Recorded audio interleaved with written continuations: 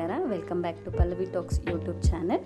ನಾನಿವತ್ತು ದಿಢೀರ್ ರಾಗಿ ಚಪಾತಿ ಯಾವ ರೀತಿ ಮಾಡ್ಕೊಳ್ಳೋದು ಅಂತ ಹೇಳ್ಕೊಡ್ತಾ ಇದ್ದೀನಿ. ಇದು ಶುಗರ್ ಪೇಷಂಟ್ಸ್ಗಳಿಗೆ ಮತ್ತು ಡಯಟ್ ಮಾಡೋರಿಗೆಲ್ಲ ತುಂಬ ಹೆಲ್ಪ್ ಆಗುತ್ತೆ. ಸೊ ನಾನು ತೋರಿಸ್ತಿರೋ ಗ್ಲಾಸ್ನ ಅಳತೆಯಲ್ಲಿ 1 ಗ್ಲಾಸ್ ನೀರು ತೊಗೊಂಡಿದ್ದೀನಿ. ನೀರು ಚೆನ್ನಾಗಿ ಕಾಯುವಾಗ ಅದಕ್ಕೆ ಅದೇ ಅಳತೆಯಲ್ಲಿ 1 ಲೋಟ ರಾಗಿ ಹಿಟ್ಟನ್ನು ಹಾಕ್ಕೊಂಡು ಚೆನ್ನಾಗಿ ಬೇಯೋದಕ್ಕೆ ಬಿಡ್ತಾ ಇದ್ದೀನಿ. ಸೊ ಇದು 2ರಿಂದ 3 ನಿಮಿಷಗಳ ಕಾಲ ಬೇಯಬೇಕು. ಹಿಟ್ಟು ಚೆನ್ನಾಗಿ ಬೇಯಿಂದಾಗೆ ನಿಮಗೆ ಚಪಾತಿ ತುಂಬ ಸಾಫ್ಟಾಗಿ ಬರುತ್ತೆ. ಸೊ ನೋಡ್ತಾ ಇದ್ದೀರಲ್ವ, ಈ ರೀತಿ ಚೆನ್ನಾಗಿ ಹಿಟ್ಟು ಬೇಯಬೇಕು.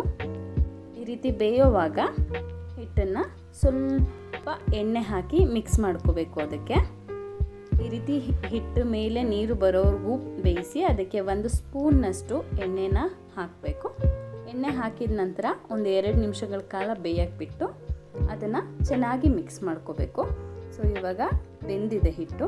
ಇದನ್ನು ಚೆನ್ನಾಗಿ ಸ್ಪೂನ್ ಅಥವಾ ಫೋರ್ಕ್ ಸಹಾಯದಿಂದ ಚೆನ್ನಾಗಿ ಮಿಕ್ಸ್ ಮಾಡ್ಕೊಳ್ಳಿ.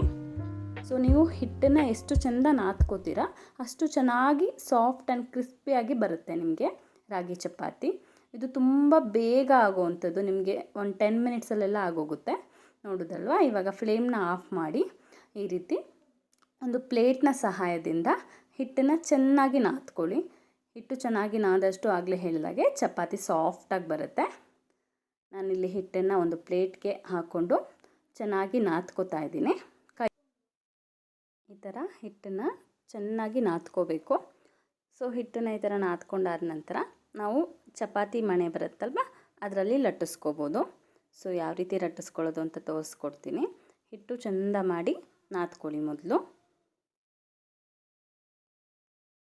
ನೋಡಿ, ಹಿಟ್ಟು ಈ ರೀತಿ ಹದದಲ್ಲಿ ಆಗಬೇಕು, ಸಾಫ್ಟ್ ಆ್ಯಂಡ್ ಪ್ಲಫಿಯಾಗಿ. ಸೊ ಇವಾಗ ಚಪಾತಿ ಉಂಡೆಗಳನ್ನ ಮಾಡ್ಕೋತೀವಲ್ವ ಆ ಥರ ಅದಕ್ಕಿಂತ ಸ್ವಲ್ಪ ದೊಡ್ಡ ಸೈಜಲ್ಲಿ ಮಾಡ್ಕೋಬೇಕು. ಫ್ಲೇಮ್ ಆನ್ ಮಾಡಿ ಹೆಂಚನ್ನ ಕಾಯೋದಕ್ಕೆ ಇಡ್ತಾ ಇದ್ದೀನಿ. ಸೊ ಈ ಕಡೆ ಚಪಾತಿ ಥರ ರಾಗಿ ಚಪಾತಿನ ಲಟ್ಟಿಸ್ಕೋಬೇಕು.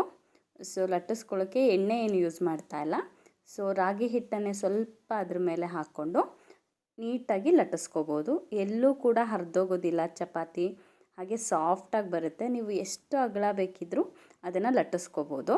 ಸೊ ನೋಡ್ತಾ ಇದ್ದೀರಲ್ಲ, ಈ ಥರ ಹಿಟ್ಟನ್ನು ಅದ್ರ ಮೇಲೆ ಹಾಕ್ಕೊಂಡು ಲಟ್ಟಿಸ್ತಾ ಹೋದರೆ ನೀವು ಹೇಗೆ ತಿರುಗಿಸಿದ್ರೂ ತಿರುಗುತ್ತೆ.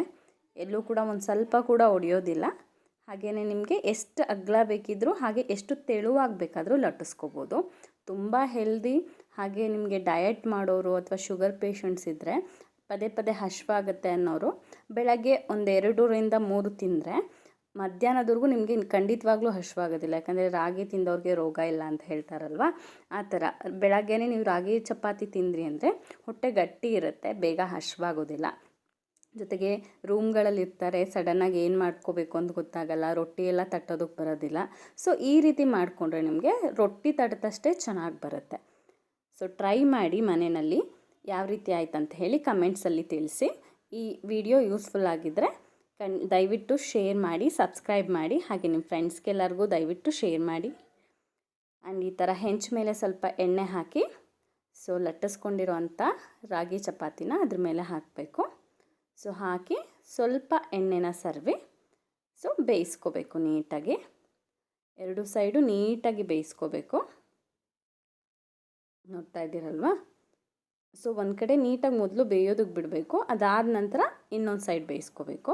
ಈಗ ಒಂದು ಕಡೆ ಬೆಂದಿದೆ, ಸೊ ತಿರುವಾಕಿ ಬೇಯಿಸ್ಕೊಳ್ಳೋಣ. ನೋಡಿದ್ರಲ್ಲ, ಇವಾಗ ಒಂದು ಕಡೆ ಬೆಂದಿದೆ, ಮತ್ತೊಂದು ಕಡೆ ಬೇಯಿಸ್ಕೊಳ್ಳೋಣ. ಜಾಸ್ತಿ ಟೈಮೇನು ಹಿಡಿಯೋದಿಲ್ಲ, ನಿಮಗೆ 2ರಿಂದ 3 ನಿಮಿಷದೆಲ್ಲ ಬೆಂದುಬಿಡುತ್ತೆ. ಸೊ ತೆಳು ಇರುತ್ತಲ್ವ, ಆಲ್ರೆಡಿ ನಾವು ಹಿಟ್ಟನ್ನು ಕೂಡ ಬೇಯಿಸ್ಕೊಂಡಿರ್ತೀವಿ. ಸೊ ಹಾಗಾಗಿ ನಿಮಗೆ ಜಾಸ್ತಿ ಟೈಮ್ ತೊಗೊಳ್ಳೋದಿಲ್ಲ. ಸೊ ಇನ್ನೊಂದು ಚಪಾತಿ ಕೂಡ ಹೀಗೆ ಲಟ್ಟಿಸ್ಕೊಳ್ಳಿ.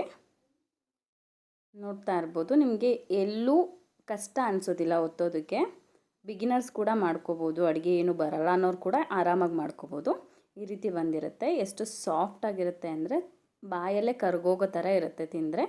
ಇದು ಟೊಮೊಟೊ ಚಟ್ನಿ, ಕಾಯಿ ಚಟ್ನಿ, ಸಾಗು ಯಾವುದ್ರ ಜೊತೆ ತಿಂದ್ರೂ ಸೂಪರ್ ಟೇಸ್ಟ್ ಕೊಡುತ್ತೆ. ಸೊ ಟ್ರೈ ಮಾಡಿ ಹೇಗಿತ್ತು ಅಂತ ಕಮೆಂಟ್ ಮಾಡಿ. Thank you.